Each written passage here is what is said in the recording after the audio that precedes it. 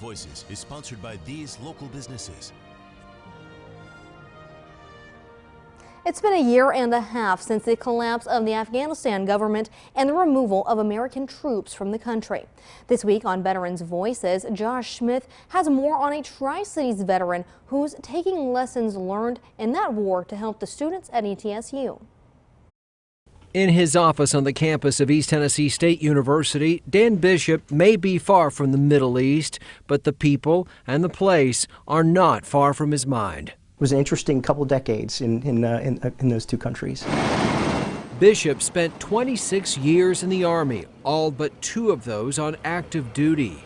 He was in Operation Iraqi Freedom in 2004 and 2005. We lost close to 100 soldiers, most of them in a place called Sadr City in northeast Baghdad. Then more tours in Iraq before joining NATO Special Operations in Afghanistan, where he worked to train Afghans to try to run their own free country. The partners that we were working with on a day-in and day-on basis were absolute patriots and dedicated to their country and would stay and fight. So many of those guys, just not with us anymore. In 2021, the Biden administration pulled troops from Afghanistan. Soon, the government collapsed. Bishop says he cannot forget the Americans who died trying to make a free Afghanistan a reality. I was shocked that the fall occurred as quickly as it did. It is still difficult to sort of figure out how that happened. Yeah.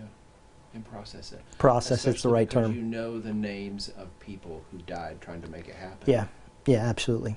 Now, Colonel Dan Bishop is the director of ETSU Veterans Affairs, helping veterans and their families on and off campus. It gives me an opportunity to mentor, tutor, and really take care of not just our veterans, but more broadly, the military-affiliated population here on campus.